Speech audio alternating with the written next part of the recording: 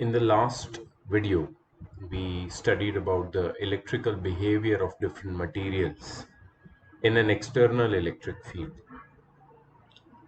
That topic overall was known as electrostatics of conductors. I hope you remember the points of the behavior of of the conductors in external electric field.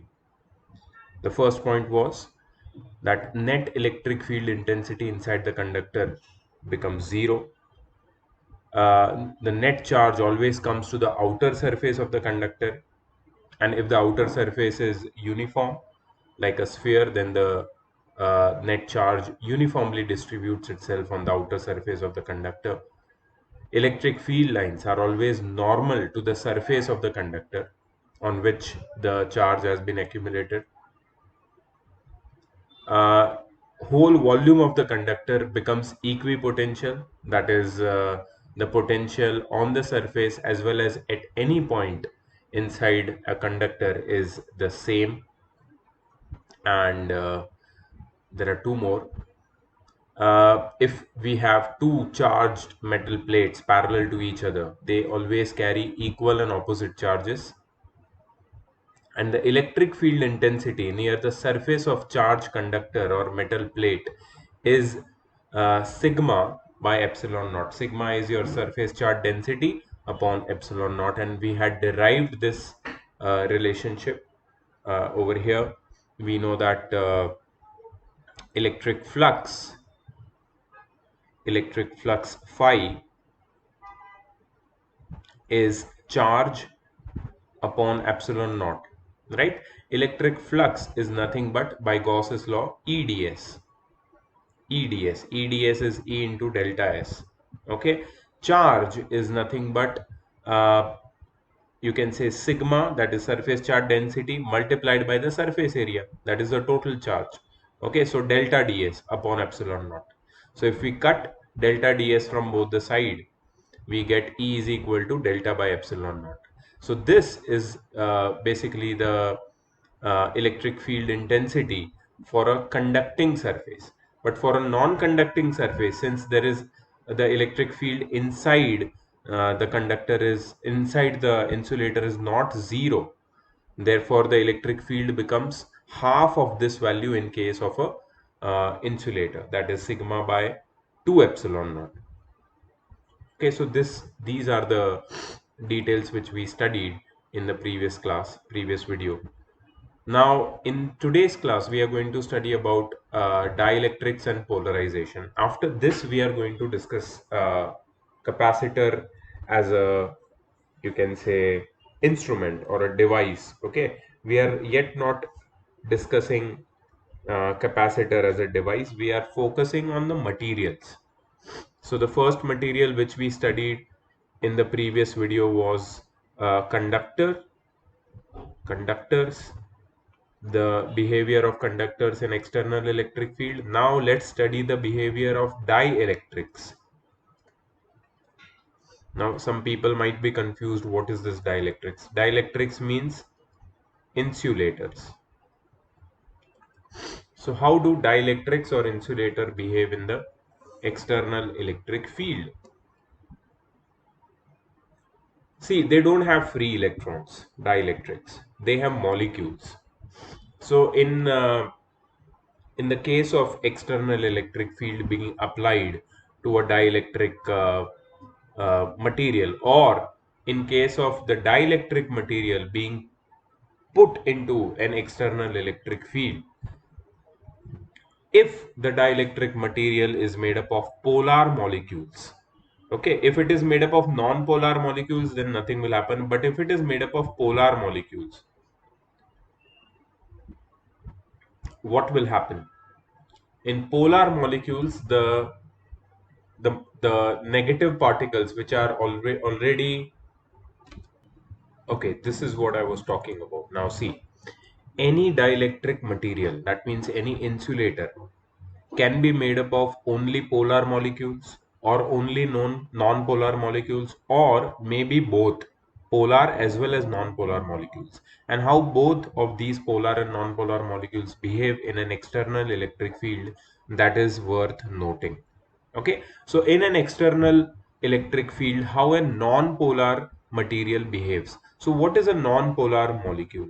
In non-polar molecules, the positive and negative charges are, you can say, not they are symmetrical. They are symmetrically distributed within the molecule, the positive and negative charges. Okay, none of the positive or a negative atom inside a molecule attracts the electrons towards itself. Electrons are equally distributed in the molecule. That's why the non-polar molecules have a spherical shape, symmetrical shape. But when they are put in an external electric field like this, suppose there is this external electric field, suppose they are put in an external electric field, what happens to these spherical non-polar molecules? They get stretched. They get stretched in the direction of electric field. Okay, so as you can see, the shape has become like this. They have been stretched. Okay, now polar molecules are already in a stretched or non-symmetrical shape. They are already having this non-symmetrical shape because the electrons are not equally distributed between the combining atoms of a molecule of a polar substance. So in a polar substance, the molecules are already stretched, but they are randomly oriented. Like the figure which is shown here also, they are randomly oriented in the absence of external electric field. So they are writing magnetic field, but please read electric field over here. Okay, this is just for for me to show you that how these molecules of such materials behave. Okay, so what happens when they are put in an external electric field? When these molecules, which are randomly oriented in the absence of electric field, in the presence of electric field, they all get oriented, they all get arranged, or they all arrange themselves in a proper manner, okay, in the direction of electric field. So that is what happens to the polar molecules under the influence of external electric field. Okay, so the net dipole moment per unit volume, remember this, the net dipole moment, the net electric dipole moment per unit volume is called polarization. Okay, so by putting these dielectrics in an external electric field, what we are inducing in them? We are inducing polarization in them. We are creating polarization in them. And what is polarization? The net electric dipole moment per unit volume. Now let us assume that the above dielectric slab, which is shown over here, is placed in an electric field. It has a thickness D and a face area A. Okay, I will show you the figure, the next figure. Yes, it has a thickness D, which is not shown here, and area of one face as A. Okay, so a dielectric slab having thickness D and face area A is put in an external electric field. So its volume becomes A into D, area multiplied by thickness. On the other hand, we can see that polar molecules are aligned in such a manner that the net charge remains zero inside except on the outer faces. Okay, so what happens is, if you consider this dielectric slab, inside this, all the molecules which were initially arranged randomly like this, now they arrange themselves in a specific direction, that is according to the direction of external electric field. Okay, so this is the direction of external electric field. Now if you watch closely, all these molecules have positive charges on their right ends and negative charges on their left ends. So positive comes to the right, negative comes to the left. Now inside all the molecules which are adjacent to each other, they have charge distribution in the same way. That is, positive charge has shifted to the right side, negative charge has shifted to the left side. But now if we are talking about this edge, is there any molecule after this edge? No, nothing. So you can say that there is just positive charge, net positive charge, which has been accumulated at this end of the dielectric slab. What about this end? Only negative charge has been accumulated at this end of the dielectric slab. So that means charge distribution has taken place inside the dielectric due to the polar nature of the dielectric material. And even if it would not have been polar, then I showed you that if it would have been non-polar, then it would stretch itself and align itself in the direction of external electric field. So in both the cases, whether the dielectric material is made up of non-polar or polar material, the molecules would arrange themselves in such a way that one of the phase in the direction of the external electric field, the phase which is in the direction of external electric field, say external electric field is from left to right, so the right phase which is pointing towards the direction of electric field will become positive. The phase in the direction of external electric field will acquire positive charge, but the phase in the opposite direction to the electric field will acquire negative charge. Now remember one thing, if you are noting this much information, then remember one thing, that inside dielectric, what is happening? All the molecules of this dielectric have arranged themselves, right? But overall, if you see, the molecules have positive charge towards this end and negative charge towards this end. Now, if the molecules have arranged themselves in this manner, that all the positive charges on or near this face and all the negative charges near this face, and electric field always is directed from positive to negative charge, right? So basically inside this dielectric slab there will be an internal electric field which will be created, which will be directed in the direction opposite to the external electric field. So that means we have two electric fields now. एक बाहर है जो external electric field है, जिसकी वजह से ये dielectric material के जो मॉलिक्यूल्स है उन्होंने अपने आप को रीअरेंज कर लिया है, और एक अंदर है, वो अंदर का जो इलेक्ट्रिक फील्ड है उसकी डायरेक्शन बाहर वाले इलेक्ट्रिक फील्ड से ऑपोजिट है. क्यों? Because of the realigning of the molecules in a specific manner due to the external electric field. There happens to exist an electric field which is within the dielectric material. समझ में आ रहा है ये सब? बहुत ध्यान से समझना, because you can get lost in this so much of information but you don't have to. So एक एक चीज अगर समझते जाओगे तो lost नहीं होगे. ठीक है, चलो आगे बढ़ते हैं. So on the other hand, we can see that polar molecules are aligned in such a manner that the net charge remains zero inside. तो inside जो net charge है वो zero है, लेकिन क्या net field zero है? Net field तो क्या है वो हम लोग पता लगाएंगे, लेकिन internal field definitely zero नहीं है. ठीक है, internal field is not zero. Okay, so let plus minus sigma p B. The surface charge density due to polarization on outer face. Let plus minus sigma P. Okay, ये किसकी बात कर रहे हो वो लोग? सिग्मा पी क्या होता है? सिग्मा पी, पहले तो सिग्मा क्या होता है? Sigma is the surface charge density. ठीक है, सिग्मा पी है सरफेस चार्ज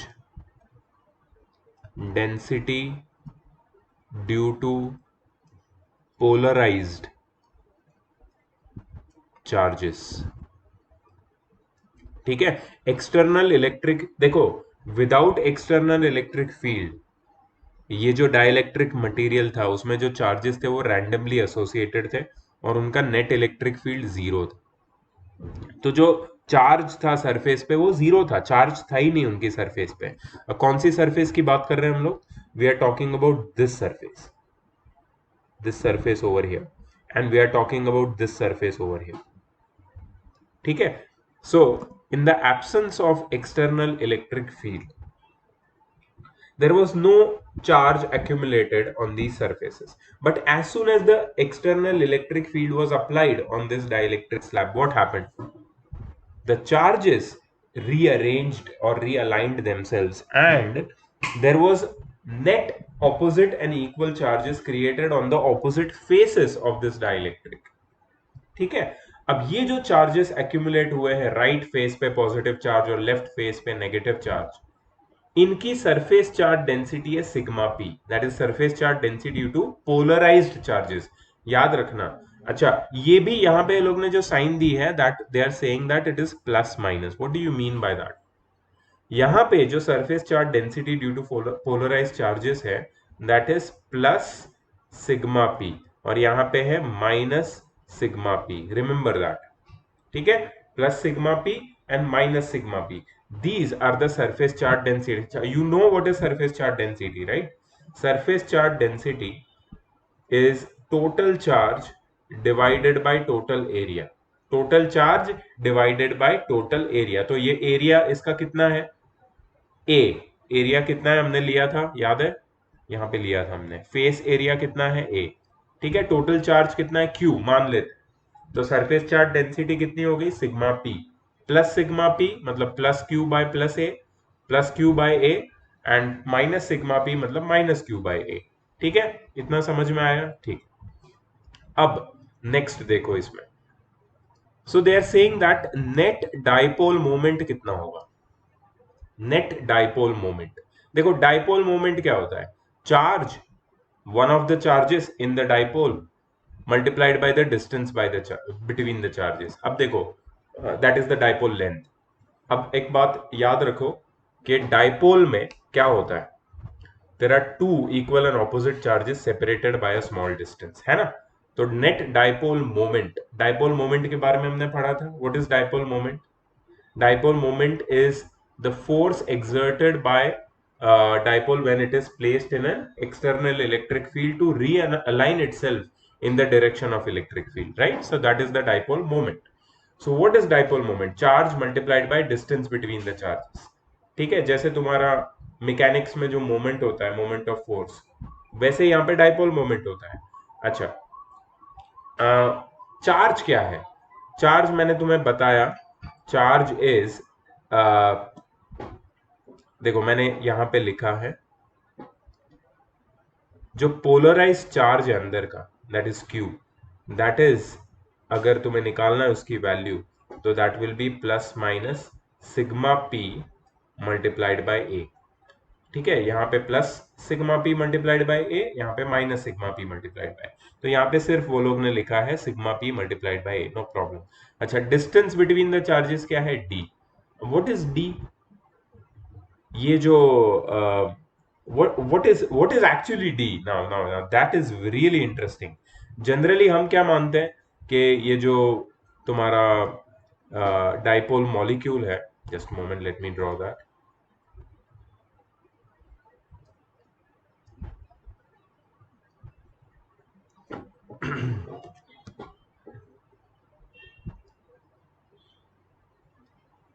ओके, सपोज ये तुम्हारा डाइपोल मॉलिक्यूल है, तो यहाँ पे प्लस चार्ज है और यहाँ पे माइनस चार्ज है, तो हम बोलेंगे डी ए। लेकिन थोड़ा सा ब्रॉड सोच रखो अपनी। यहां पे डाइलेक्ट्रिक मटेरियल में since the net charge inside is zero, but some charge, positive and negative charge has been accumulated at the opposite faces of the dielectric slab। ठीक है, तो ये जो डाइलेक्ट्रिक स्लैब की थिकनेस है, thickness of the dielectric slab, that is this part, this particular thing, thickness of the dielectric slab. ठीक है, D. सो ये हो जाएगा तुम्हारा डिस्टेंस बिटवीन द चार्जेस। ये नेट डाइपोल मोमेंट, ये एक सिंगल मॉलिक्यूल का डाइपोल मोमेंट नहीं है, ये सारे मॉलिक्यूल्स का डाइपोल मोमेंट है। ठीक है, तो अगर ये यहां पे हम लोग ये सारा चार्ज डिस्ट्रीब्यूटेड मान ले पॉजिटिव है और ये वाला पूरा नेगेटिव चार्ज है, तो ओवरऑल जो डाइपोल नेट डाइपोल मोमेंट होगा that will B total charge, that is one of the total charge on one of the faces, total charge on one of the faces multiplied by distance between the charges which are you can say induced or which are polarized on both the faces, that is sigma p multiplied by a multiplied by d. अब what is polarisation, मैंने अभी इसका definition तुम्हें बताया था. The net electric dipole moment per unit volume is called polarisation. Let's find its formula. Net dipole moment upon volume sigma P A D upon A D. Volume A D है, A D cancel हो जाएगा, so polarisation is equal to sigma P. What is sigma P? Sigma P is surface charge density due to polarized charges, which is nothing but equal to polarization. On the other hand, the magnitude of polarization is proportional to the net electric field intensity applied on it from an external source. मतलब बाहर के source से जितना ज्यादा electric field intensity हम apply करेंगे किसी एक मटेरियल पे, उतना ज्यादा पोलराइजेशन उस मटेरियल के अंदर, डाइलेक्ट्रिक मटेरियल के अंदर क्रिएट होगा. तो polarisation is equal to the surface charge density appearing on each of the face of the dielectric slab, but it is also equal to you can say a constant multiplied by the external electric field intensity. ये जो constant है, constant of proportionality, is called chi e. chi e ये जो symbol है उसका Greek letter है, उसको बोलते हैं काई. ठीक है, और उसको लिखते हैं ऐसे CHI, काई. ठीक है, काई ई मल्टीप्लाइड बाय कैपिटल ई. ये काई ई क्या है? व्हाट इज काई ई? काई E is called electrical susceptibility of dielectric medium. तो हर एक डाइलेक्ट्रिक मीडियम की एक इलेक्ट्रिकल ससेप्टिबिलिटी होती है. जितनी ज्यादा इलेक्ट्रिकल ससेप्टिबिलिटी होगी डाइलेक्ट्रिक मीडियम की, it will not become conductor. Don't worry about that. अगर डाइलेक्ट्रिक मीडियम की ससेप्टिबिलिटी ज्यादा है तो उसका पोलराइजेशन ज्यादा होगा. पोलराइजेशन ज्यादा है तो नेट पॉजिटिव चार्ज और नेगेटिव चार्ज जो अपीयर होगा उसके लेफ्ट और राइट सरफेस में, जब उसको एक्सटर्नल इलेक्ट्रिक फील्ड में रखेंगे, वो भी ज्यादा होगा. ठीक है. So in figure 4.5 dielectric slab is placed inside the electric field of two metal plates. wow. अब देखो, हमने ये पढ़ा कि डाइलेक्ट्रिक्स कैसे बिहेव करते हैं एक्सटर्नल इलेक्ट्रिक फील्ड में. ठीक है, इसके बारे में हमने सब कुछ पढ़ा. उसका पोलराइजेशन क्या है सब कुछ, किसके ऊपर डिपेंड करता है पोलराइजेशन, ये भी पढ़ा. अब हम क्या करेंगे? अब हम लोग दो कॉन्सेप्ट्स को मिक्स करने जा रहे हैं, and then we are trying to introduce a new concept, that is of capacitor. अभी तक हमने कैपेसिटर वर्ड का कुछ यूज नहीं किया है. जो मैंने पिछले लेक्चर में तुम्हें बताया था, I talked about behaviour of conductors in external electric field. ठीक है, उसमें मैंने पैरेलल प्लेट्स का एक बार मेंशन किया था, जिसमें मैंने बोला था कि if two charged metal plates are placed parallel to each other, they always carry equal and opposite charges, and the electric field intensity near the surface of charged conductor or a metal plate is sigma upon epsilon naught. यहां से हम लोग ने थोड़ा थोड़ा capacitor की तरफ जाना शुरू किया था. अब डाइलेक्ट्रिक की बात कर दी हमने बीच में. So you must be wondering के पहले कैपेसिटर की पहले कंडक्टर की बात की, अब इंसुलेटर की, बीच में कैपेसिटर भी आया, तो इनका कोई ना कोई आपस में रिलेशन होना चाहिए. डेफिनेटली है, और ये रिलेशन यहाँ पे वो लोग ने थोड़ा सा एक्सप्लेन किया है. तो थोड़ा ध्यान रखना, क्योंकि नए नए कॉन्सेप्ट्स आ रहे हैं. ठीक है, यहाँ पे बहुत चांसेस है तुम कंफ्यूज हो सकते हो. मुझे खुद ये लेक्चर पूरा क्रिएट करने में, although it is all printed, but still the things which I have to talk to you and tell you about, I got lost many times because मुझे बहुत सारी चीजें बतानी है, बट उसका जो सीक्वेंसिंग है वहां पे प्रॉब्लम होती है. So if our sequencing is correct, हमारा जो आगे का कॉन्सेप्ट होगा वो भी क्लियर रहेगा. ठीक है, तो पहले ये खत्म कर लेते हैं. अब डाइलेक्ट्रिक स्लैब, ऐसा ही एक डाइलेक्ट्रिक स्लैब को हमने एक इलेक्ट्रिक फील्ड में रखा है, लेकिन ये इलेक्ट्रिक फील्ड किसका कैसे जनरेट हुआ, दैट इज द थिंग. ये इलेक्ट्रिक फील्ड जनरेट हुआ है दो मेटालिक प्लेट्स की वजह से, having charges plus and minus Q. Now don't tell me, don't ask me, और डोंट गेट कंफ्यूज्ड कि ये दोनों को चार्ज कैसे किया, ये दोनों पे ऐसे प्लस और माइनस क्यू चार्ज कैसे डाले. हम लोग कैसे भी कर सकते हैं. ठीक है, कैपेसिटर को कैसे चार्ज करना है उसका डिस्कशन अभी हमने किया ही नहीं. we are not concerned with how we gave this plate a positive charge and how we gave this plate a negative charge. ठीक है, we are concerned with our dielectric being placed in between these two plates. Now when there are two plates such as which is shown here in this diagram, there are plates already. ठीक है, if there are already plates existing which are equal and oppositely charged, तो definitely इनके बीच में एक electric field होगा. क्यों? क्योंकि अगर तुम लेफ्ट प्लेट को देखो तो लेफ्ट प्लेट के ऊपर क्या है? What is on the left plate? On the left plate you see so many positive charges. What is on the right plate? So many negative charges.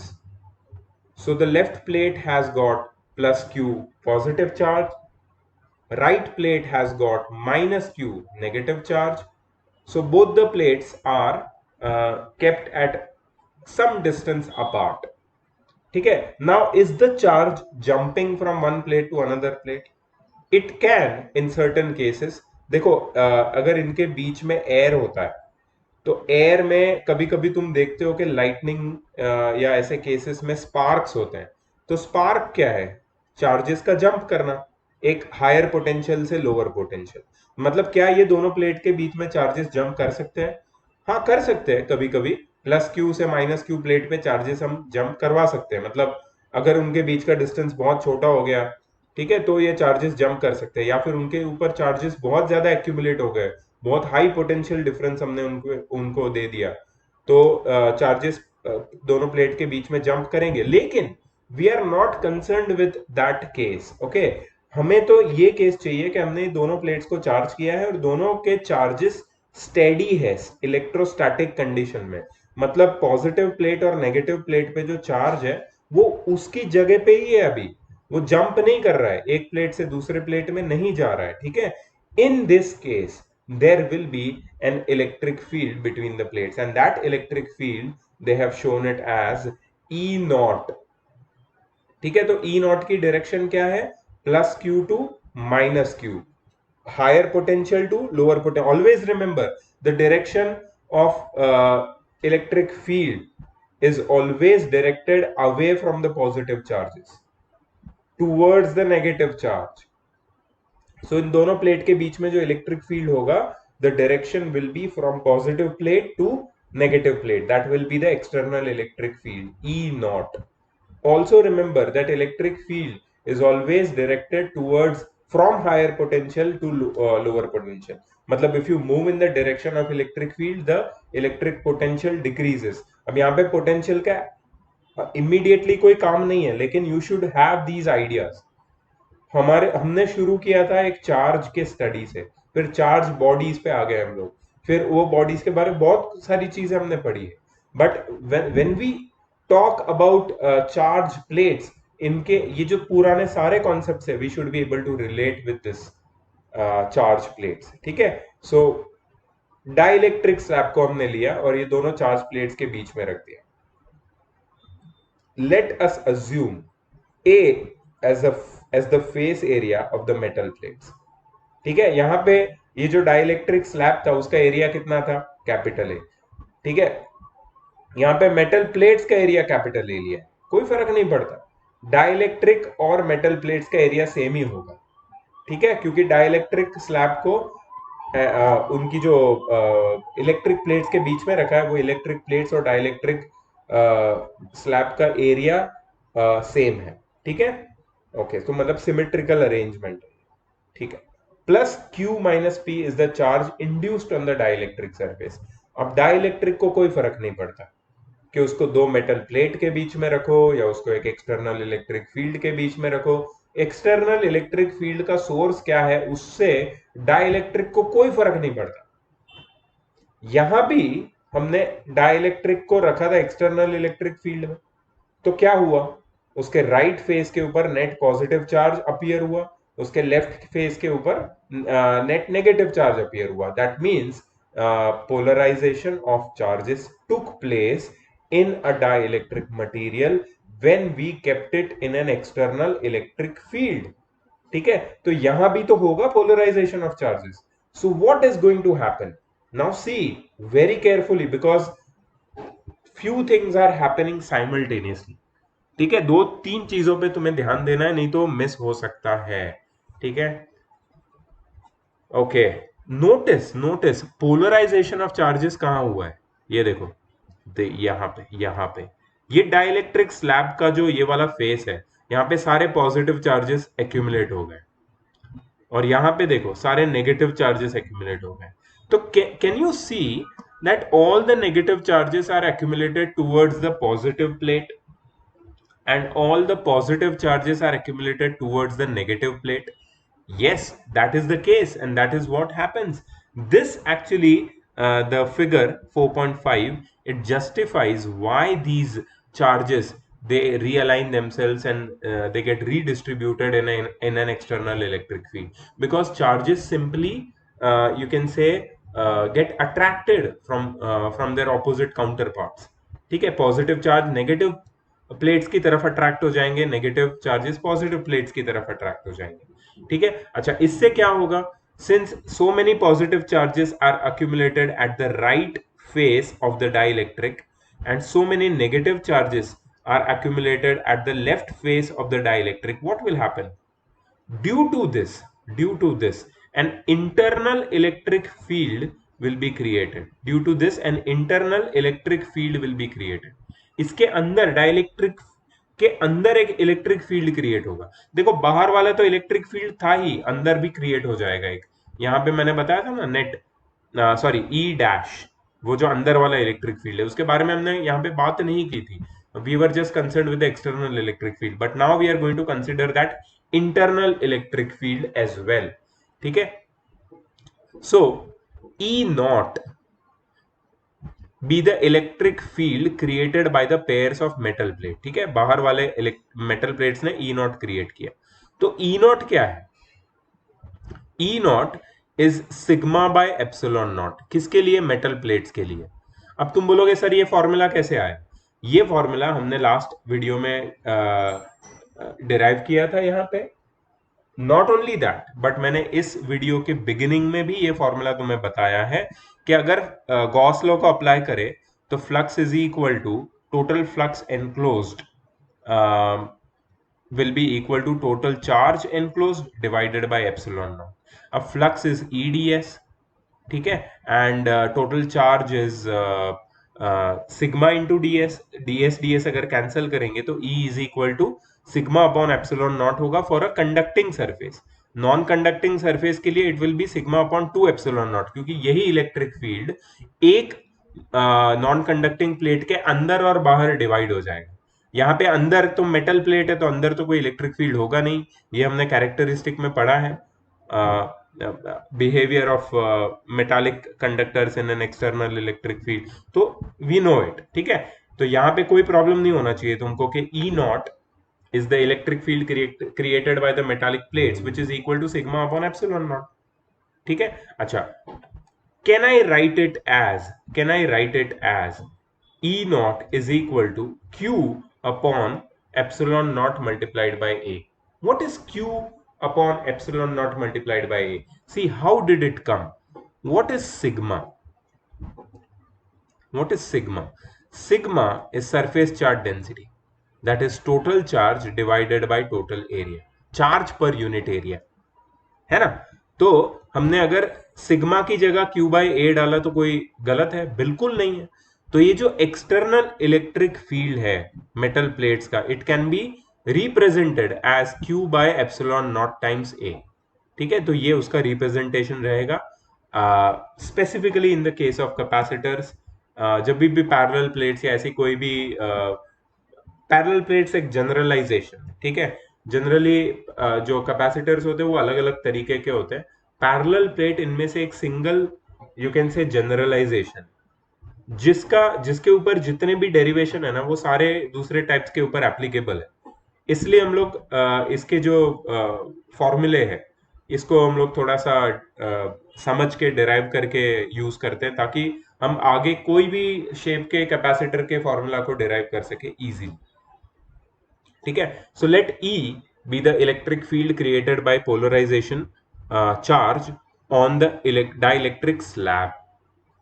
अब डाइलेक्ट्रिक स्लैब के अंदर भी एक E क्रिएट हुआ है, जिसका डायरेक्शन बाहर वाले इलेक्ट्रिक फील्ड ई नॉट से ऑपोजिट है. But what will be the value of that electric field created by the polarization of charges in the dielectric slab? It will be equal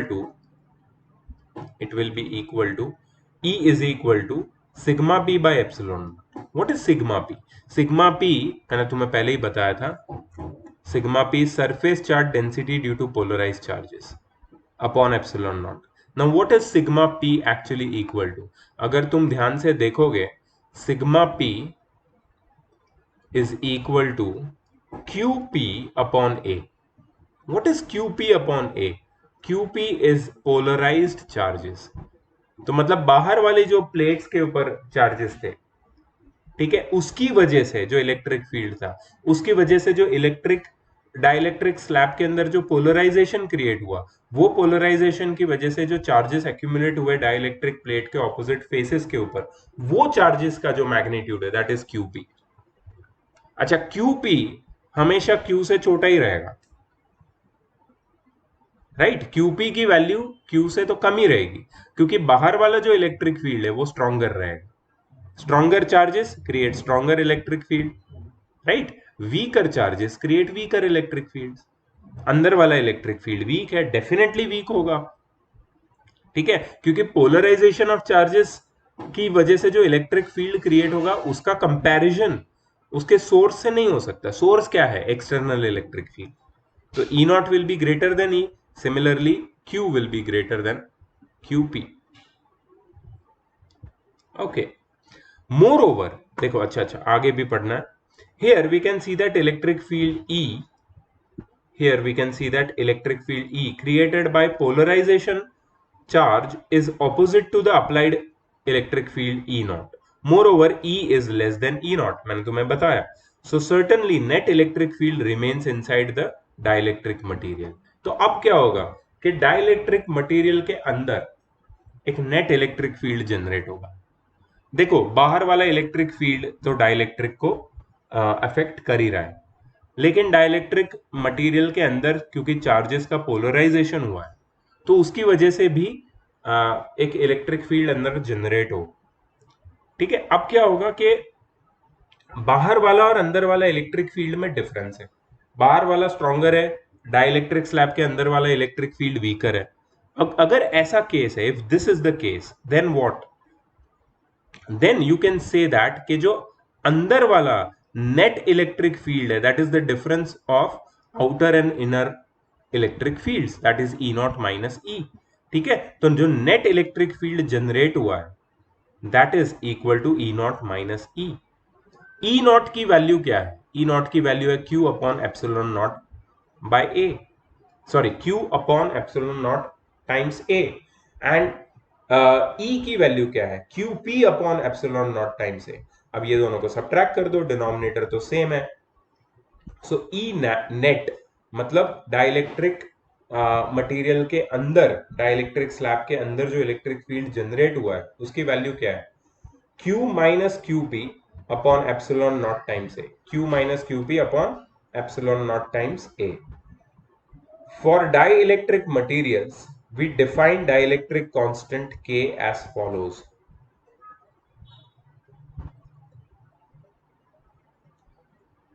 देखो,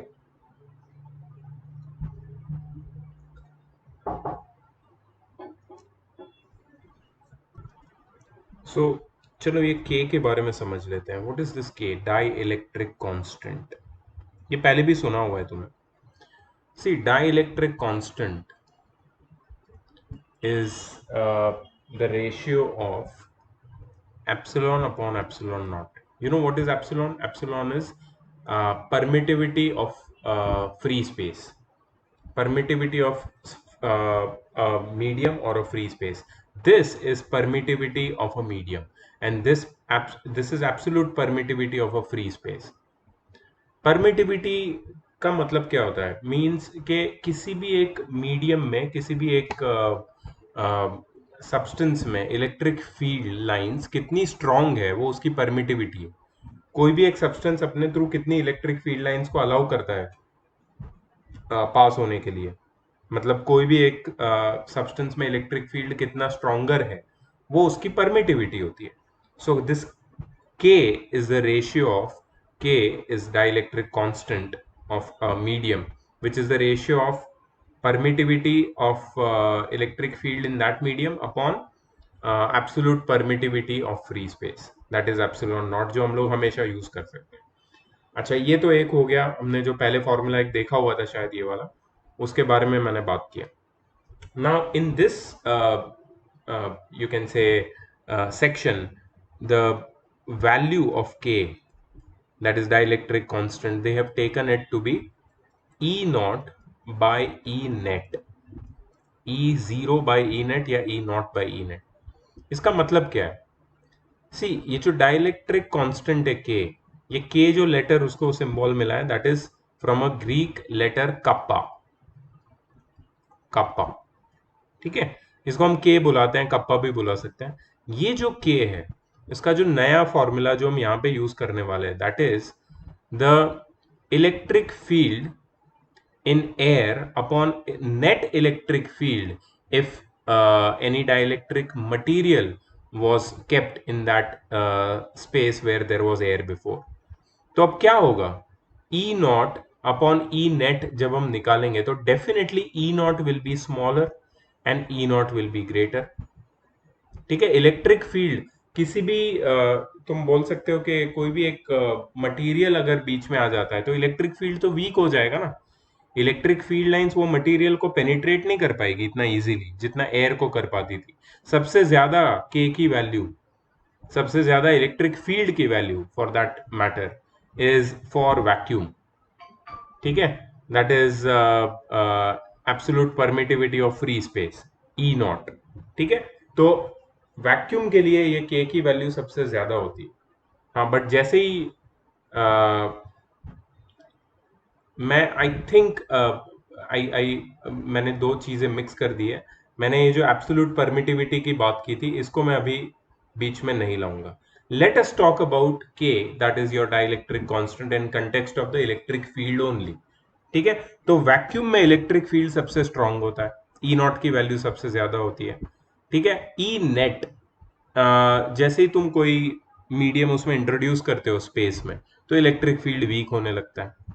ठीक है, तो के की वैल्यू बेसिकली, के जो रेशियो है E naught upon E net का, के की value on introducing a medium, के की वैल्यू बढ़ती जाती है, डाइलेक्ट्रिक कांस्टेंट बढ़ता जाता है. ठीक है, so suppose if there were vacuum, ठीक है, तो K कितना होगा, E naught by E not. कितना होगा E naught by E not, 1. ठीक है, लेकिन वैक्यूम की जगह सपोज मैंने दूसरा कोई डाइलेक्ट्रिक सब्सटेंस रख दिया. ठीक है, लेट्स से ग्लास. तो ग्लास के लिए K की वैल्यू 5 है. इसका मतलब क्या है, ग्लास के लिए E naught by E net की वैल्यू 5 है. मतलब E naught is 5 times E net in the case of glass. ठीक है, मतलब जो इलेक्ट्रिक फील्ड तुम्हारा ग्लास में होगा वो 5 टाइम्स वीकर होगा. ठीक है, as compared with the electric field of air और वैक्यूम. ठीक है, so that is basically your dielectric constant. इसकी जो नई डेफिनेशन है मैंने तुम्हें बताई, E naught upon E net, इसको याद रखना. ठीक है, तो अगर dielectric constant E naught upon E net है और ई नेट का फॉर्मूला देखो अभी हमने निकाला है Q minus Q P upon epsilon not times A. तो ई नॉट का जो फॉर्मूला है that is E nought, sorry E net का जो फॉर्मूला है that is E nought by K, उसको मैं इक्वेट कर सकता हूं. मेरे पास ई नॉट का फॉर्मूला है Q minus Q P upon epsilon not times A.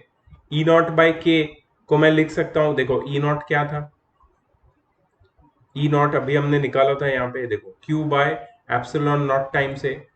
तो ई नॉट बाय के क्या हो जाएगा, Q by epsilon not times A times K. ठीक है, सो ये Q minus Q P will be equal to epsilon not times A is equal to Q upon epsilon not times A times K. इसमें epsilon not cut जाएगा दोनों side से, ए cut जाएगा दोनों side से, and what we are getting, we are getting k multiplied by q minus p is equal to q. that is kq minus kqp is equal to q. ठीक है, तो इससे अगर मैं इसको सिंप्लीफाई करूं तो मुझे एक रिलेशन मिलता है, दैट इज क्यूपी. क्यूपी मतलब charge on the polarised charge, the magnitude of the polarised charge inside the dielectric. It is equal to q times 1 minus 1 upon K. q times 1 minus 1 upon K. ठीक है, ये एक relation बना. कौन सा, किसके बीच में बना? Q और QP के बीच में और K के बीच में. What is Q? Q is the charge on the metallic plates. What is QP? Charge, polarized charge in the dielectric material. And what is K? K is the dielectric constant of the dielectric material which is introduced between the metallic plates. अच्छा, यहाँ पे हमें पता है कि K की value greater than 1 है. K की वैल्यू ग्रेटर देन 1 क्यों है? मैंने अभी बताया था कि वैक्यूम के लिए K की वैल्यू 1 होती है, फिर सारे जो इंसुलेटर्स है उसके लिए K की वैल्यू बढ़ती जाती है. ठीक है, तो अगर K की वैल्यू 1 से ग्रेटर है, K की वैल्यू अगर 1 से ग्रेटर है, तो ये फॉर्मूला को ध्यान से देखो. what will happen with this 1 upon K? 1 upon K will definitely be smaller than 1. ठीक है, it will be smaller than 1, and 1 minus 1 upon K will be smaller than 1 definitely. ठीक है, 1 minus 1 upon K, 1 minus something which is smaller than 1, तो तुम्हारा answer smaller than 1 हो जाएगा. और Q की वैल्यू, QP की value Q multiplied by a number smaller than 1, मतलब स्मॉलर देन Q हो जाएगी. मतलब QP, that is polarized charge, is smaller than the charge present on the metallic plate which is responsible for the external electric field. ठीक है, if we look at the behaviour of a metal in the same situation, अगर हम लोग dielectric material की जगह पे एक metal डाल देते तो क्या होता? Then we can say that dielectric constant for a metal is infinity. Dielectric constant for a metal is infinity. क्यों? क्योंकि अगर यहाँ पे ये जो तुम्हारा दोनों प्लेट्स है मेटालिक, इसके बीच में अगर एक मेटालिक स्लैब होता तो क्या होता? अगर मेटालिक स्लैब होता तो जितना चार्ज मेटालिक प्लेट्स पे होता उतना ही इक्वल एंड ऑपोजिट चार्ज ये मेटालिक स्लैब के ऊपर क्रिएट हो जाता. मतलब QP और Q इक्वल होता. So if QP and Q are equal, if QP is equal to Q, इसका मतलब क्या है? 1 minus 1 upon K will be equal to 1, right? इसका मतलब क्या है? इसका मतलब है कि ये 1 और ये 1 कैंसिल हो जाता, मतलब माइनस 1 बाय के 0 हो जाता. ठीक है, या फिर 1 बाय के 0 हो जाता. लेकिन 1 बाय के 0 कब बनता है? किसी भी फ्रैक्शन की वैल्यू 0 कब बनती है? जब उसका डिनोमिनेटर जो होता है वो इनफाइनाइट होता है, बहुत बड़ा होता है. ठीक है, मतलब K इनफाइनाइट होगा अगर QP इक्वल टू Q हुआ तो. और QP और Q इक्वल कब होगा? For when the slab in between the to metallic plates is itself metallic. ठीक है, तो मेटालिक सब्सटेंस के लिए K की वैल्यू कितनी हो गई? इंफिनिटी. यही वो लोग ने लिखा है, यहाँ पे एक्सप्लेन नहीं किया है बट मैंने तुम्हें कर दिया अभी explain. So if we look at the behavior of a metal in the same situation, then we can say that dielectric constant for a metal is infinity. For metals, QP is equal to Q, right? Let us assume that metal plates are touching the dielectric surface. Metal plates are touching the dielectric surface. इसका मतलब क्या है? इसका मतलब ये जो gap दिख रहा है ना तुम्हें यहाँ पे, ये गैप को न्यूट्रलाइज कर दिया हमने. मेटालिक प्लेट्स को ऐसा दबा दिया पूरा डाइलेक्ट्रिक को, मतलब लेफ्ट और राइट से यहाँ पे जो गैप है इसको पूरा खत्म कर दिया. There is no gap now. Now metallic plates are touching the dielectric. तो क्या होगा जब मेटालिक प्लेट्स टच करेगी? तो पहले तो इमेजिन करो क्या होगा, क्योंकि उन्होंने जो आंसर दिया है मुझे पता है उसका कोई वो लोग ने एक्सप्लेनेशन नहीं दिया है, सीधा उसका वैल्यू कर दिया है वो. ठीक है, तो हम लोग इसको इमेजिन करते हैं कि मेटालिक प्लेट्स टच कर रही है इसको, तो क्या होगा? अगर मेटालिक प्लेट्स टच करेगी तो ये जो नेगेटिव चार्जेस है क्या ये न्यूट्रलाइज होंगे? Will they be neutralise with these positive charges? Will these positive charges be neutralise with the negative charges?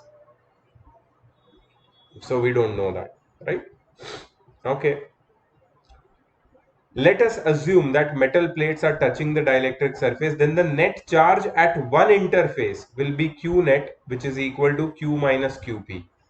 Net charge at one interface, interface मतलब ये जो बाउंड्री है ना, touching of metals and the dielectric substance, जहां पे दोनों touch हो रहे हैं, उसकी बाउंड्री पे, उसकी बाउंड्री पे क्या होगा?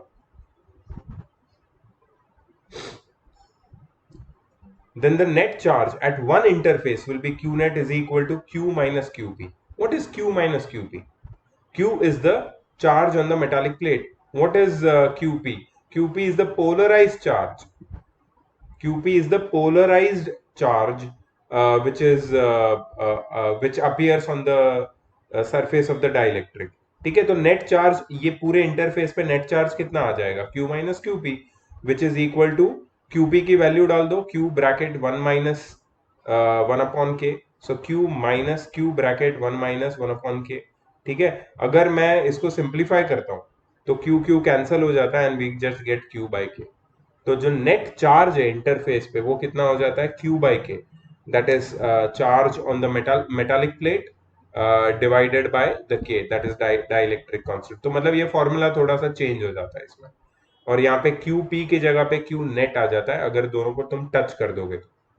ठीक है, सो ये अलग अलग फॉर्मूले सब याद रखने पड़ेंगे। Okay, electric field, potential difference and force between the metal plates, ये भी इंपॉर्टेंट है because now we are slowly moving towards capacitor. ये और एक इंपॉर्टेंट चीज है कि ये सारी चीजें हमें समझ में आनी चाहिए before we start capacitor, otherwise confuse रहेंगे। ठीक है, तो इसके पहले वाला पार्ट एकदम क्लियर था तुम्हारा कि how do dielectrics behave in an external electric field, what is polarisation equal to, what does polarisation depend on. ठीक है, and what is the value of what is the value of polarized charge inside the dielectric slab with respect to the charge on the metal plates and the dielectric constant, and what is the dielectric constant for metals which we derived, right? And if the dielectric slab and the metal plates are touching, what is the net charge at the interface of the dielectrics? ये सारी चीजें हमने पढ़ी। अब देखो, electric field, potential difference and force between metal plates. Refer to figure 4.6. This is a pair of large metal plates kept facing each other. Assume equal and opposite charges of magnitude q on both the plates. This excess charge on both the plates comes to their inner side faces. Okay, तो दोनों plates को opposite charge दिया है, equal and opposite, plus and minus Q. ठीक है, तो जिस plate को पॉजिटिव चार्ज दिया है उसके अंदर वाला जो सरफेस है उसके उस पे सारे पॉजिटिव चार्जेस अक्यूमुलेट हो जाएंगे, और जिस प्लेट को नेगेटिव चार्ज दिया है उसके अंदर वाले फेस पे, फेस बी पे, सारे नेगेटिव चार्ज अक्यूमुलेट हो जाएंगे, बिकॉज दीज चार्जेस, ये जो डिस्टेंस है ना ये बहुत छोटा होता है एक्चुअली रियलिटी में, so the charges actually tend to attract each other and that's why they accumulate at the opposite faces A and B. Let A be the face area of the plates that are parallel to each other. Equal and opposite charge densities for the inner sides of the plates are sigma is equal to plus minus q by A. Equal and opposite charge densities for the inner side of the plates. Charge density क्या होता है? Surface charge density, total charge divided by total area. तो positive plate पे जो charge density होगी that will be sigma is equal to plus Q by A. Negative plate पे जो charge density होगी that will be sigma upon minus Q by A. ठीक है, clear? Electric field is assumed uniform in between the large plates. ठीक है, इन दोनों के बीच में इलेक्ट्रिक फील्ड यूनिफॉर्म है, लार्ज प्लेट्स है, चार्ज इक्वली डिस्ट्रीब्यूटेड है, प्लेट्स भी सरफेसेस प्लेट्स की स्मूथ है। ठीक है, तो डेफिनेटली इलेक्ट्रिक फील्ड जो इनके बीच में होगा E naught, that will be uniform. अब देखो, इलेक्ट्रिक फील्ड कब तक रहेगा? जब तक ये चार्जेस अपनी जगह पे स्टैटिक रहेंगे, चार्ज डिस्चार्ज नहीं हो रहा है, कोई भी स्पार्क या लाइटनिंग नहीं हो रहा है दोनों प्लेट्स के बीच में। ठीक है, तो electric field as it is रहेगा, हमने इलेक्ट्रिक फील्ड क्रिएट किया है इनको चार्ज करके। ठीक है, direction of electric field is from positive plate towards the negative plate, ये भी सही है। The magnitude of the electric field between the two charge plates is given by sigma upon epsilon naught। ठीक है, दोनों चार्ज प्लेट्स जो total electric field का magnitude create कर रहे हैं, दोनों चार्ज प्लेट्स, हाँ, दोनों चार्ज प्लेट्स पे ऑपोजिट चार्जेस है, minus Q and plus Q, उसकी वजह से जो चार्ज उसकी वजह से जो इलेक्ट्रिक फील्ड क्रिएट हो रहा है, that is sigma upon epsilon not, remember that, between them. अब दो प्लेट आ चुकी है, ठीक है। अच्छा, सिग्मा की वैल्यू है Q by, so we can say that E not is equal to Q by epsilon not times A. Let D be the distance between the two metal plates. दोनों के बीच का डिस्टेंस डी है, जो बहुत छोटा होता है प्रैक्टिकलिटीज में, मैंने तुम्हें बताया। A and B are 2 points on respective metal plates. दोनों metal plates पे जो दो point है, that is A and B. We have already studied the following equation. dV is equal to minus of E dot dr. dV is equal to minus of E dot dr. This equation can be used for uniform field in a much simpler form. अब देखो, dV क्या है? Potential difference है, किसके बीच में? दोनों plates के बीच में। इसको हम लोग थोड़ा सिंप्लीफाई करके देखते हैं। मुझे बताओ कि what is the angle between electric field and the displacement, that is the distance between both the plates. Zero, क्योंकि जिस डायरेक्शन में डिस्प्लेसमेंट हम मेजर कर रहे हैं, उसी डायरेक्शन में इलेक्ट्रिक फील्ड है, ठीक है। तो the direction of displacement is along the line A B, so V B minus V A. What is V B minus V A? V B minus V A is the difference in potential between the two plates. V B minus V A is minus of, देखो B is the final point, A is the initial point, ठीक है। इसलिए हमेशा हम लोग लिखते हैं negative, potential difference is negative of E dot D R, ठीक है। E negative of E, that is minus E naught, ठीक है, इंटू डी आर को हम लोग डी ले लेते हैं, और क्योंकि दोनों के बीच में एंगल जीरो है तो cos zero, so minus E naught multiplied by D is the potential difference between the two plates. Now electric potential decreases in the direction of electric field. मतलब इलेक्ट्रिक पोटेंशियल B पे कम होगा और A पे ज्यादा होगा, electric field के direction में पोटेंशियल डिक्रीज होता है, ठीक है। इसलिए VB माइनस VA की वैल्यू नेगेटिव है, ये भी हम लोग बता सकते हैं। Let V naught be the potential difference between A and B, सो V नॉट क्या हो जाएगा? E naught multiplied by D। अभी नेगेटिव लिखने की जरूरत नहीं है, because we are just talking about the magnitude of potential difference, ठीक है। सो ई नॉट की वैल्यू तो हमने पहले ही निकाल ली है, E not is equal to Q by epsilon naught, Q by epsilon not times A, तो ई नॉट की जगह Q by epsilon not times A into D is equal to V naught आ जाएगा, ठीक है।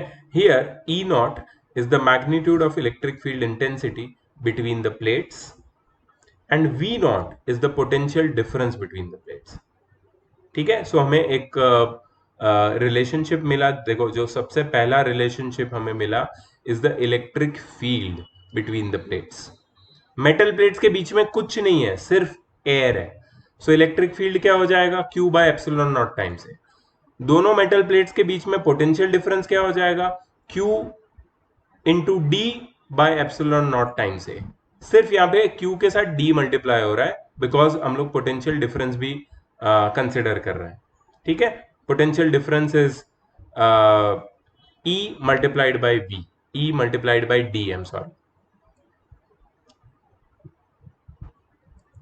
लेट F नॉट, अब last चीज बाकी है, पोटेंशियल डिफरेंस भी मिल गया हमें। Force between the metal plates, force between the metal plates का क्या काम है? देखो, let F naught be the force acting between these metal plates. The magnitude of F naught can be written as follows. Force क्या होता है? देखो हमने पहले सेकेंड पार्ट में, आई थिंक इलेक्ट्रिक फील्ड वाले पार्ट में पढ़ा था, that electric field intensity is equal to force divided by charge. तो फोर्स क्या होगा? Force is equal to electric field intensity multiplied by charge, ठीक है। So force is equal to charge on any one plate multiplied by electric field intensity on it due to the other plate. Charge on any one plate multiplied by electric field intensity on it due to the other plate. So E naught is the magnitude of net electric field intensity between the plates. It is equally contributed by both the plates. अब देखना, इसको ध्यान रखना, हम लोग force acting between the two plates निकाल रहे हैं, force acting between the two plates, ठीक है। ई नॉट क्या था? Net electric field intensity due to both the plates. It is equally contributed by both the plates, E naught. Hence, the magnitude of electric field intensity on one plate due to the other plate, that is electric field due to the one plate, due to a single plate, is E naught by 2. ठीक है? Hence, the magnitude of force acting between the plates can be charge multiplied by electric field intensity due to one of the plates. क्योंकि force हमेशा एक body दूसरे body पे exert करता है. सो एक बॉडी जो फोर्स एक्सर्ट कर रहा है, एक प्लेट जो फोर्स एक्सर्ट कर रहा है दूसरी प्लेट पे, that is equal to the product of charge on either plate multiplied by electric field intensity due to either plate. अच्छा, electric field intensity is Q upon epsilon not times A, but मेरे पास यहाँ पे epsilon naught by E naught by 2 है, तो यहाँ पे नीचे 2 मल्टीप्लाई हो जाएगा. So force on any one of the plate or force acting between the plates or force exerted by one plate on the other is equal to Q square by 2 epsilon naught times A. Q square by 2 epsilon naught times A. तो हमारे पास 3 formula हमने ready किए. दो metallic plates के बीच में जब air है और दोनों मेटालिक प्लेट्स पे इक्वल एंड ऑपोजिट चार्जेस है, तो उनके बीच का जो इलेक्ट्रिक फील्ड है that is E naught is equal to Q by epsilon not times A. उनके बीच का जो इलेक्ट्रिक पोटेंशियल डिफरेंस है that is Q D by epsilon not times A, and इनके बीच का जो फोर्स है that is Q square by 2 epsilon not times A. ठीक है, ये तीनों फॉर्मूला तुम्हें याद रखना है. And now we talk about capacitors and capacitance. So capacitor एक ऐसा डिवाइस है जो चार्जेस को स्टोर करता है, and because it stores charges, it is also storing electric energy.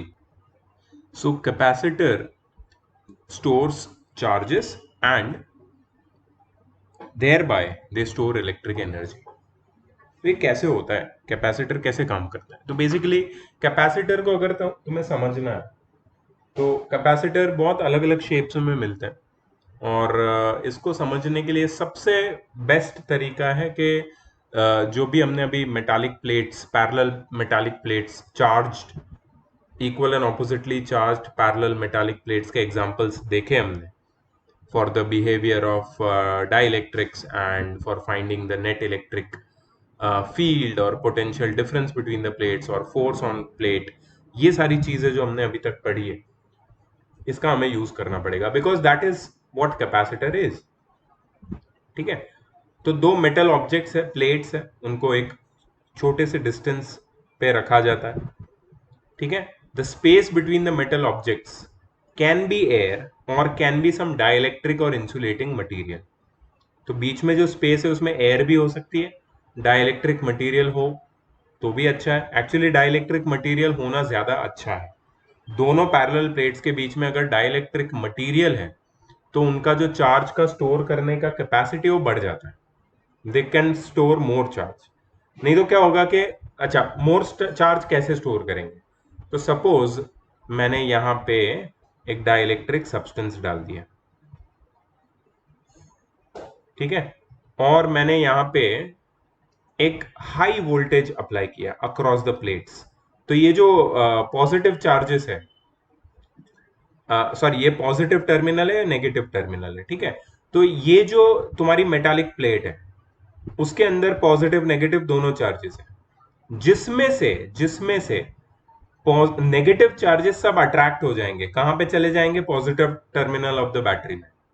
और जितने negative charges positive terminal of the battery में चले गए हैं, ठीक है, उतने ही नेगेटिव चार्जेस ये नेगेटिव टर्मिनल सप्लाई करेगा ये नेगेटिव प्लेट को. मतलब positive charge will be deficit, positive plate will be deficit of electron, the plate which is connected with positive terminal will become deficit of electron, and the plate which is connected with negative terminal which will become excess with electrons. यहाँ पे electron access में हो जाएंगे, यहाँ पे electron deficit में हो जाएंगे। तो मतलब ये प्लेट पॉजिटिव हो जाएगा पूरा। अच्छा, अभी ये मेटालिक प्लेट है तो उसके अंदर तो कोई चार्जेस रह नहीं सकते, तो ये कहां पे आ जाएंगे? सरफेस के ऊपर। ठीक है, तो ये वाला जो सरफेस है, अंदर वाला सरफेस, यहाँ पे सारे पॉजिटिव चार्जेस जमा हो जाएंगे, और यहाँ पे क्योंकि एक्सेस ऑफ इलेक्ट्रॉन आ गए, सारे इलेक्ट्रॉन यहाँ पे जमा हो जाएंगे। तो इनके बीच में एग्जिस्ट करेगा एक इलेक्ट्रिक फील्ड, जो हमने इससे पहले समझा था। ठीक है, इलेक्ट्रिक फील्ड का डायरेक्शन होगा फ्रॉम पॉजिटिव टू नेगेटिव। ठीक है, it will be directed away from positive charge and it will be directed towards the negative charge। ये हमने सब कुछ देखा उसके बारे में, उसका मैग्नीट्यूड, उसका फॉर्मूला हमने सब पढ़ा। ठीक है, अभी इसके बीच में तो एयर है। ठीक है, अब अगर मैंने वोल्टेज बढ़ाया तो क्या होगा? More and more charges will get accumulated over this space. अब ये इसका एरिया तो लिमिटेड है, मतलब कांस्टेंट है ये प्लेट्स का एरिया, तो यहाँ पे ज्यादा से ज्यादा चार्जेस जब एक्यूमुलेट होने लगेंगे तो क्या होगा कि चार्ज की डेंसिटी बहुत बढ़ जाएगी, द सरफेस चार्ज डेंसिटी। और अगर कहीं पे देखो प्लेट्स कितनी भी प्लेन हो, ठीक है, सपोज एक let me just give you one small example of a plate. ठीक है, सपोज ये प्लेट है, ये हमें प्लेन लग रही है। ठीक है, लेकिन इसको अगर जूम करके देखोगे ना तो यहां पे you might find some projections like this, because the plates are never perfectly plane. If you see microscopically, there will be some kind of you can say deformities on its surface, मतलब उसकी surface हमेशा 100% plane नहीं होती। तो अगर plate की surface 100% plane नहीं है तो यहाँ पे जहां पे प्लेट कर्वेचर बना रही है, ठीक है, आउटवर्ड कर्वेचर, यहाँ पे चार्जेस की डेंसिटी ज्यादा हो जाएगी, मतलब मोर चार्जेस विल बी एक्यूमुलेटेड। अब जहां पे चार्जेस की डेंसिटी ज्यादा है, इलेक्ट्रिक फील्ड स्ट्रॉन्गर हो जाएगा। इलेक्ट्रिक फील्ड स्ट्रॉन्गर होने की वजह से क्या होता है कि ये इसके बीच का जो स्पेस है जो एयर से भरा हुआ, it can actually go through electric breakdown. Electric breakdown मतलब वो जो इंसुलेटिंग प्रॉपर्टी थी उसकी एयर की, वो खत्म हो जाएगी, and it will start conducting. Air will get ionised in between both the plates and you will see sparks। जैसे ही स्पार्क आएगा क्या होगा? जो एक्सेस ऑफ पॉजिटिव चार्ज या नेगेटिव चार्ज जिस प्लेट पे था वो एक दूसरे को न्यूट्रलाइज कर देंगे, और वापस दोनों प्लेट का जो पोटेंशियल डिफरेंस है वो जीरो हो जाएगा। एक्चुअली पोटेंशियल डिफरेंस हाई होना चाहिए दोनों प्लेट्स के बीच में। जितना ज्यादा पोटेंशियल डिफरेंस होगा मतलब उतने ज्यादा ऑपोजिट चार्जेस एक्यूमुलेट हुए, उतने ज्यादा ऑपोजिट चार्जेस एक्यूमुलेट हुए, उतना ज्यादा पोटेंशियल डिफरेंस है।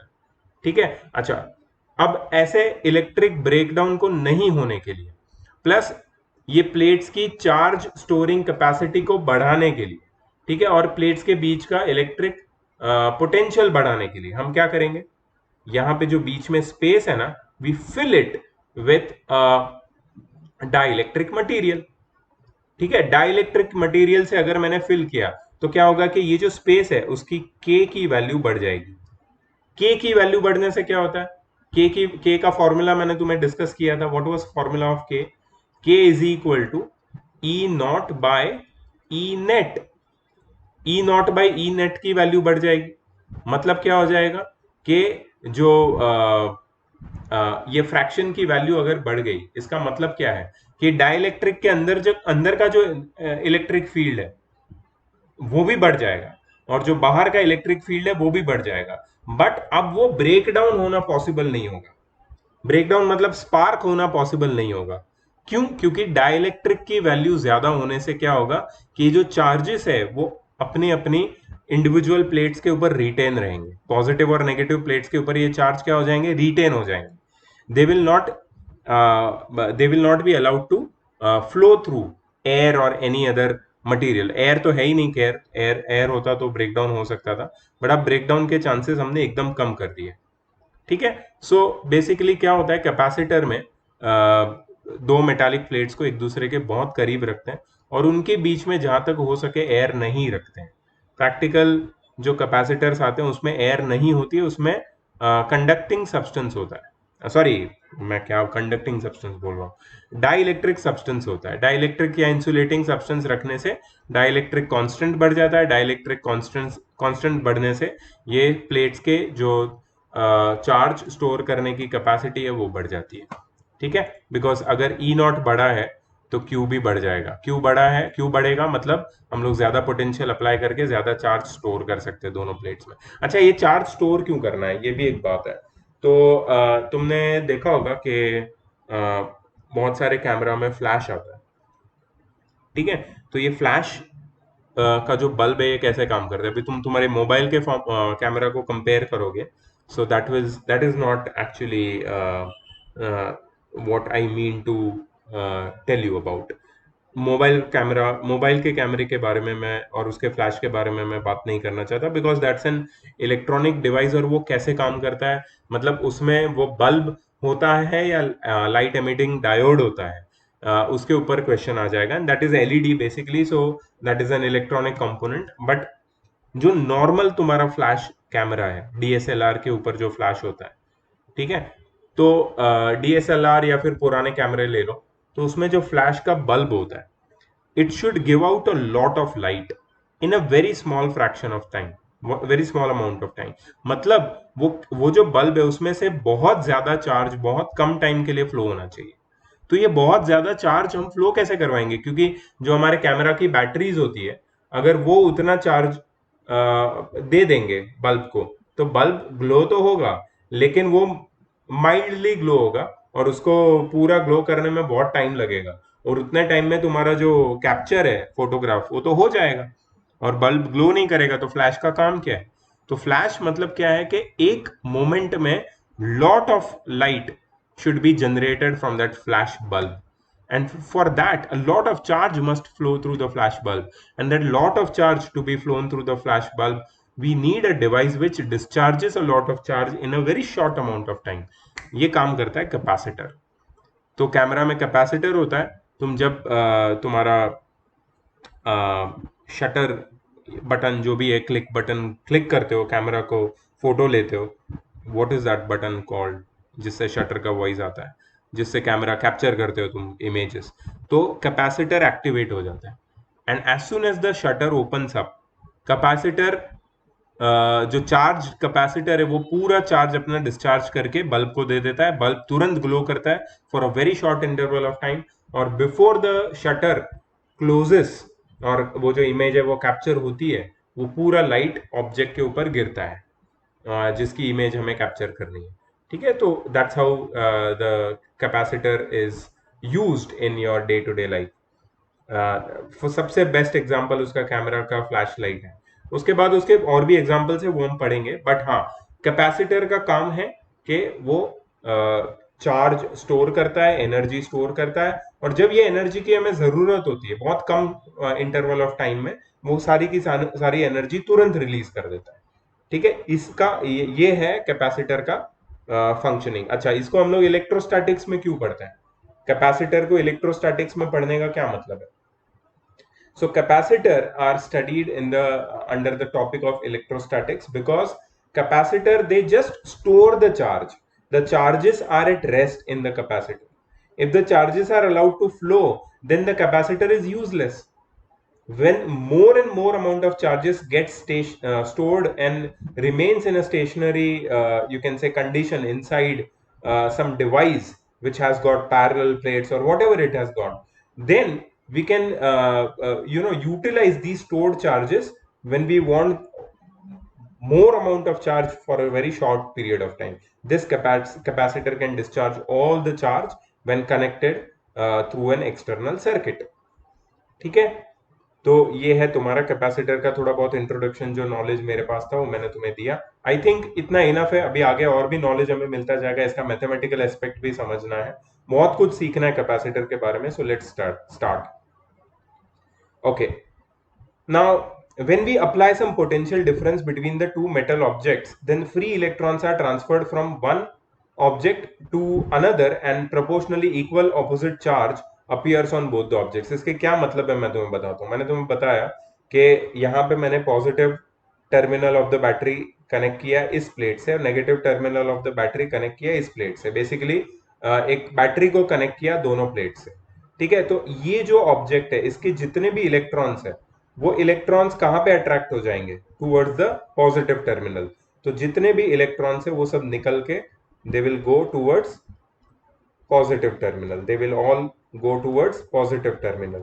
If the electrons are being removed from this plate, the left side plate, if the electrons are removed from the left side plate, it will become deficit of electron और यहाँ पे सारा positive charge रह जाएंगे जो of course metal के अंदर तो एग्जिस्ट कर नहीं सकते। तो ये सारे पॉजिटिव चार्जेस कहाँ पे आ जाएंगे, सरफेस पे आ जाएंगे।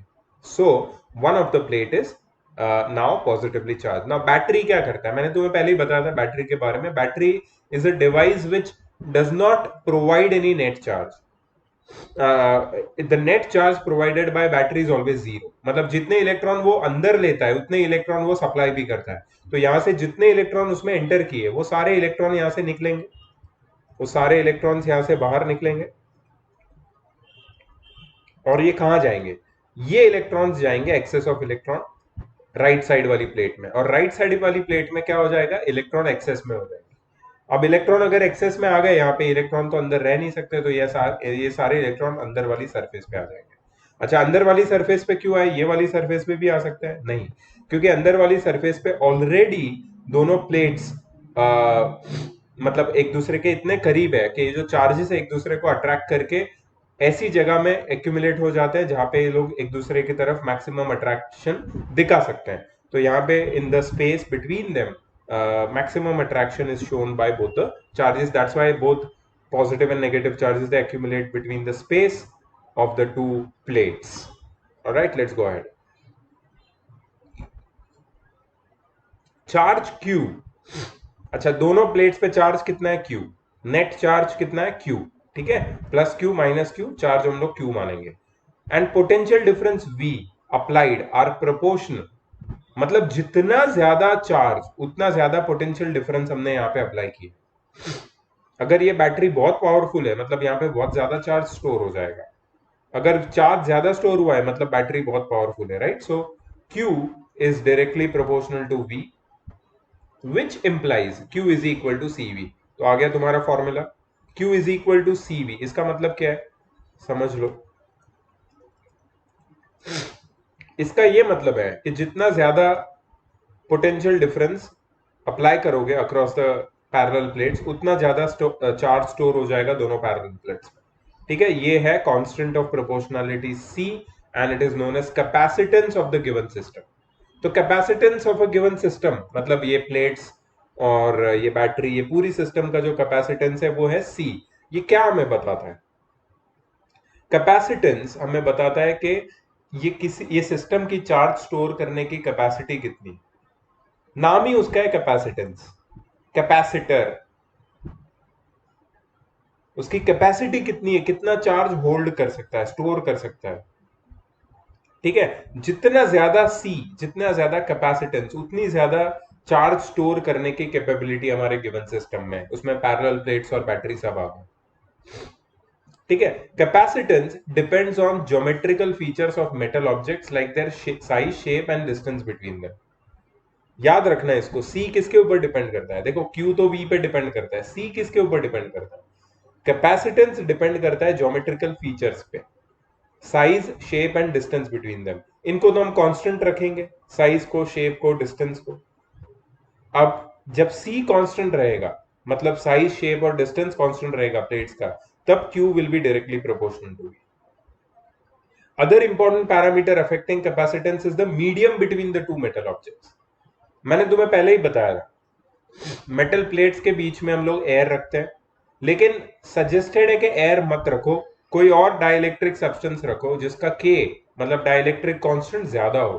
डाइलेक्ट्रिक कांस्टेंट ज्यादा होने से क्या मतलब है, अगर डाइलेक्ट्रिक कांस्टेंट ज्यादा है तो हम लोग ज्यादा चार्ज स्टोर कर सकते हैं दोनों प्लेट्स पे। क्यों ज्यादा चार्ज स्टोर कर सकते हैं, क्योंकि इनके बीच में जो मीडियम है वो चार्ज को लीक नहीं होने देगा, वो बीच का जो मीडियम है वो ब्रेक डाउन नहीं होगा, वो चार्जेस फ्लो नहीं करने देगा, वो रोकेगा चार्जेस को, इलेक्ट्रिक फील्ड को कंट्रोल करेगा वो उनके बीच के, दोनों प्लेट्स के बीच के। अगर इलेक्ट्रिक फील्ड दोनों प्लेट्स के बीच का कंट्रोल होगा, ई नेट को कंट्रोल करेगा, ये बीच का डाइलेक्ट्रिक मीडियम। तो इसका मतलब क्या है, ज्यादा चार्ज रिटेन हो सकते हैं दोनों पैरेलल प्लेट्स कैपेसिटर पे। दोनों जो पैरेलल प्लेट्स पे उसपे ज्यादा चार्ज रिटेन होंगे। ज्यादा चार्ज रिटेन होंगे मतलब जब भी हमें जरूरत है चार्जेस की, तो हमें एक्सटर्नल सर्किट में जब ये प्लेट्स को कनेक्ट करेंगे तो ज्यादा चार्ज फ्लो करेगा कम टाइम में। And that is what we want higher capacitance, we want capacity to be more, right. तो डाइलेक्ट्रिक मटेरियल इनके बीच में जो है, it increases the capacitance. Size, shape और डिस्टेंस पे तो डिपेंड करता ही है, डाइलेक्ट्रिक मीडियम पे भी डिपेंड करता है। In fact a single charge metallic object can also be considered as a capacitor. Single charge metallic object भी कैपेसिटर होता है। एक सिंगल चार्ज स्फीयर है जिसको हमने वैक्यूम में रखा है, वो कैपेसिटर है। क्यों? क्योंकि जो दूसरा चार्ज ऑब्जेक्ट है वो इंफिनिटी पे रखा हुआ है, ऐसा हम विजुअलाइज कर सकते हैं। सो जब हम लोग कैपेसिटर कंसिडर करेंगे दो मेटालिक ऑब्जेक्ट्स का, तो हम लोग उनके बीच में जो पोटेंशियल डिफरेंस है उसको कंसिडर करते हैं टू बी वी, ठीक है। बट अगर सिंगल चार्ज ऑब्जेक्ट लेंगे, सिंगल चार्ज मेटालिक ऑब्जेक्ट, तो V is considered as a potential of the charge object with respect to infinity। तो मतलब ऐसा जरूरी नहीं है कि कैपेसिटर में दो पैरेलल प्लेट ही होगी, कोई भी शेप के कैपेसिटर हो सकते हैं। इनफैक्ट एक सिंगल चार्ज मेटालिक ऑब्जेक्ट भी कैपेसिटर हो सकता है, ठीक है। तो ये सारे कैपेसिटर के जो कॉन्सेप्ट है ना, ये बहुत ही ध्यान से सब नोट कर लो, जो जो मैं बोल रहा हूँ, या याद रखो इस चीज को, क्योंकि इसको याद रखोगे आगे तुम्हें इजी होगा न्यूमेरिकल सॉल्व करना, डेरिवेशन बेस्ड प्रॉब्लम सॉल्व करना। देखो रिमेंबर में क्या लिखा है, देखो capacitor is a device used to store charge. Its ability of storing charge is known as capacitance. The capacitance depends on the size, distance, material filled between the metal objects in the capacitor. SI unit of capacitance is called farad. Capacitors are used in the electronic circuits, ठीक है। अब देखो एक चीज यहाँ पे देखो, मैंने तुम्हें बताया Q is equal to C times V, ठीक है। C कांस्टेंट है। C क्या है? C is the capacitance. So C is equal to Q by V, charge upon potential difference between the charged metallic plates. Q का symbol क्या है? Coulomb. V का symbol sorry, Q का SI unit क्या है? Coulomb. V का SI unit क्या है? वोल्ट। तो कैपेसिटेंस का SI यूनिट है कूलम पर वोल्ट। लेकिन कूलम पर वोल्ट हम लोग बोलते नहीं है उसको, हम लोग उसको बोलते हैं farad, named after the great maestro Michael Faraday, जिन्होंने इसके ऊपर काफी रिसर्च की है, ठीक है। ये सारे टॉपिक्स के ऊपर, सिर्फ इसके ऊपर नहीं, इलेक्ट्रोमैग्नेटिज्म तक माइकल फैराडे ने बहुत सारे कंट्रीब्यूशंस दिए। So the SI unit of capacitance is farad. 1 farad is 1 coulomb per volt. From Q is equal to CV, we can understand that if a capacitor can store more charge at less potential, then it has large magnitude of C. कम से कम potential के लिए अगर ज्यादा से ज्यादा charge store कर सकता है कोई कैपेसिटर, इसका मतलब उसका जो C है कैपेसिटेंस, वो बहुत बड़ा होगा। हमें ऐसा ही कैपेसिटर चाहिए जिसका C की वैल्यू सबसे ज्यादा हो। तो C की वैल्यू को ऑप्टिमम कैसे बना सकते हैं ताकि कम से कम वोल्टेज पे ज्यादा से ज्यादा चार्ज वो स्टोर कर सके। Farad is one big unit of capacitance. We normally use microfarad, nanofarad, etc. for measuring farads capacitance. Here we can see that both objects acquire equal and opposite charges, so net charge is 0. यहाँ पे net charge 0 है. If the net charge is 0, then where is the stored charge? ये भी question तुम्हें आएगा कि अगर यहाँ पे नेट चार्ज 0 है तो स्टोर्ड चार्ज है कहां पे? ठीक है, बताता हूं।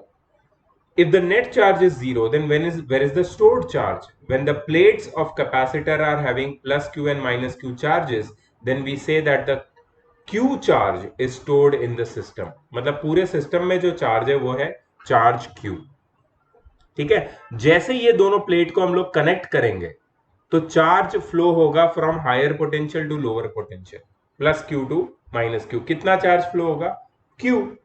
इसलिए पूरे सिस्टम का जो नेट चार्ज है वो है Q, that is the charge stored in the system. Let us say that we have one charge capacitor with us. Now connect a small bulb in between the two terminals of this capacitor. Charge flows to neutralise each constituent object of the capacitor through the bulb. ठीक है, हमारे पास charge capacitor है, battery को हटा लो, battery को हटाएंगे तो क्या होगा, सर्किट ब्रेक हो जाएगी, कैपेसिटर ऑलरेडी चार्ज हो गए, चार्ज एक्यूमुलेटेड है। अब बैटरी को कनेक्ट करना है तो एक बल्ब लगा दो बीच में। जैसे ही एक बल्ब लगाओगे तुम, जैसे ही एक बल्ब लगाओगे क्या होगा, ये जितना भी चार्ज एक्यूमुलेटेड था वो higher potential to lower potential outer circuit में फ्लो करेगा और बल्ब ग्लो करेगा। बट बल्ब कैसे ग्लो करेगा पता है, मोमेंटरीली और बहुत ब्राइटली, और फिर ऑफ हो जाएगा। अगर बहुत ज्यादा चार्ज है तो बल्ब फ्यूज भी हो सकता है। ठीक है, जैसे फ्लैश में होता है, फ्यूज नहीं होता है लेकिन बहुत ब्राइटली ग्लो होके फिर डिम हो जाता है।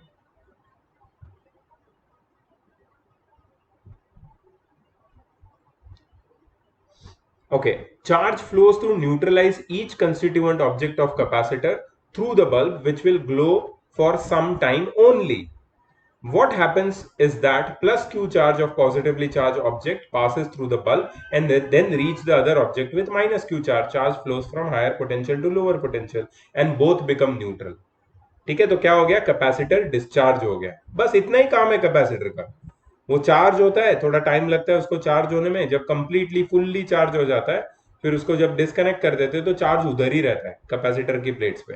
फिर उसको जब कनेक्ट करते हैं कोई दूसरी सर्किट में तो ये पूरा चार्ज डिस्चार्ज हो जाता है momentarily, very quickly, very high amount of charge. If we have two conducting objects with plus q and minus q charges and connect them through a metal wire, then also that same thing will happen. Plus q will pass through the metal wire to neutralize each object. Hence you can understand that charge q was stored in the capacitor. ठीक है, ये बात है। तो charge q इसमें stored रहता है। ये पैरेलल प्लेट कैपेसिटर मतलब इलेक्ट्रोस्टैटिक का मुझे लगता है कि सबसे ground breaking, path breaking discovery होगा कैपेसिटर। चार्ज को स्टोर करने की एबिलिटी रखने वाला डिवाइस कैपेसिटर। अच्छा, always remember that it is only free electrons which are transferred and positive charge is not free to move. ऐसा नहीं है कि पॉजिटिव चार्ज मूव होता है, ठीक है, इलेक्ट्रॉन्स ही ट्रांसफर होते हैं, but for the sake of convenience and understanding we consider it to be positive charge which is convenience, मतलब वो जो कन्वेंशनल मेथड है ना उसके हिसाब से हम लोग पॉजिटिव चार्ज बोलते हैं। देखो, अर्थ एक ह्यूज ऑब्जेक्ट है, earth is also known as reservoir of electrons and its potential always remains zero. In figure 5.2, uh, uh, that the two metal plates A and B are kept parallel to each other. अच्छा, दोनों metal plate को parallel रखा है, दोनों के बीच में बहुत कम distance है, कोई डाइलेक्ट्रिक मीडियम तो नहीं लिख रहा है, एयर ही है दोनों के बीच में। इसमें जो पॉजिटिव प्लेट है उसको positive terminal of the battery से अटैच किया है और negative terminal of the battery को अर्थिंग कर दिया है। ठीक है, अच्छा, यहाँ पे जो नेगेटिव ये जो प्लेट है उसको अर्थ से डायरेक्ट कनेक्ट कर दिया। तो since this plate is connected with the positive terminal of the battery, सारे नेगेटिव इलेक्ट्रॉन्स ये जाएंगे सीधा पॉजिटिव टर्मिनल में और through the positive terminal battery तो नेट चार्ज उसका जो एक्सेप्ट और डोनेट करता है वो पूरा जीरो होता है, तो सारा charge negative terminal of the battery से अर्थ में चला जाएगा। Now since earth is a reservoir of electron, it will supply electron as many electrons which are lost by the plate A, the same number of electrons will be gained by plate B from the earth, since earth is a reservoir of electrons. तो plate B automatically negatively charged बन जाएगा और plate A will be positively charged। ठीक है, तो ये क्या हुआ पता है, इन दोनों में इंडक्शन हुआ है। इंडक्शन तो पता है ना, चार्जेस कैसे इंड्यूस होते हैं, दो मेटालिक ऑब्जेक्ट्स या चार्ज ऑब्जेक्ट्स को एक दूसरे के पास रखोगे तो इंडक्शन होता है, तो वैसे इंडक्शन यहाँ पे हुआ है और इसकी वजह से चार्जेस अपीयर होते हैं on the inner side of both the plates. The number of electrons taken by the positive terminal of the battery from metal plate A is equal to the number of electrons transferred to the earth by the negative terminal of the battery in the first case। ठीक है, the same number of electrons are transferred from earth to plate B to neutralize free positive charge of induction। Notice how both earth and earth points are notice how both earth points are behaving as if they are connected to each other। That's amazing। अच्छा, तो होता क्या है यहाँ पे, जैसे ही positive charge आता है इसके सामने का जो पॉजिटिव चार्ज है वो पूरा रिपेल होके ये वाले साइड में आ जाता है। और उसको न्यूट्रलाइज करने के लिए अर्थ से इलेक्ट्रॉन एंटर करते हैं और उसको न्यूट्रलाइज कर देते हैं, तो this plate becomes negatively charge. Note that a single metal object can also be treated as a capacitor. ये पहले भी बोला हुआ है.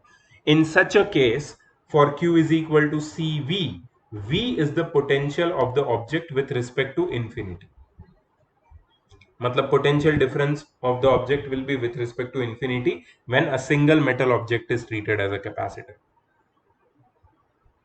when charge Q is given to it. Or else in normal case of two objects, V represents potential difference between the objects. Note that net charge in the capacitor is zero. So equal and opposite charges on metal objects of a capacitor are attracted towards each other and completely reside on the inner surfaces. We have already explained that metal surfaces facing each other always carry equal and opposite charge or no charge at all. ठीक है. The symbol for capacitor in schematic circuit diagrams is shown here. ठीक है. So ये capacitor का symbol है. आगे हम लोग कैपेसिटेंस डिराइव करेंगे आइसोलेटेड स्फीयर का, फिर पैरेलल प्लेट कैपेसिटर का, उसके बाद आई थिंक उसमें भी बहुत सारे केसेस हैं अंदर डाइलेक्ट्रिक मीडियम की विड्थ के ऊपर, फिर सिलिंड्रिकल कैपेसिटर का, फिर स्फेरिकल शेल टाइप के कैपेसिटर का कैपेसिटेंस, और फिर हम लोग न्यूमेरिकल्स पे जाएंगे. ठीक है. So it's a lengthy part, but हाँ आज हम लोग ने थियरी पे फोकस किया. थियरी हमारी क्लियर है, हमें पता है कि कैपेसिटर कैसे काम करता है, क्या होता है, बिहेवियर क्या होता है डाइलेक्ट्रिक सब्सटेंसेस का, एक्सटर्नल इलेक्ट्रिक फील्ड में बहुत सारी चीज़ें हमने समझ ली. तो now I think we are ready to go to the next video after this with the mathematics of capacitance. See you in the next video. Bye bye.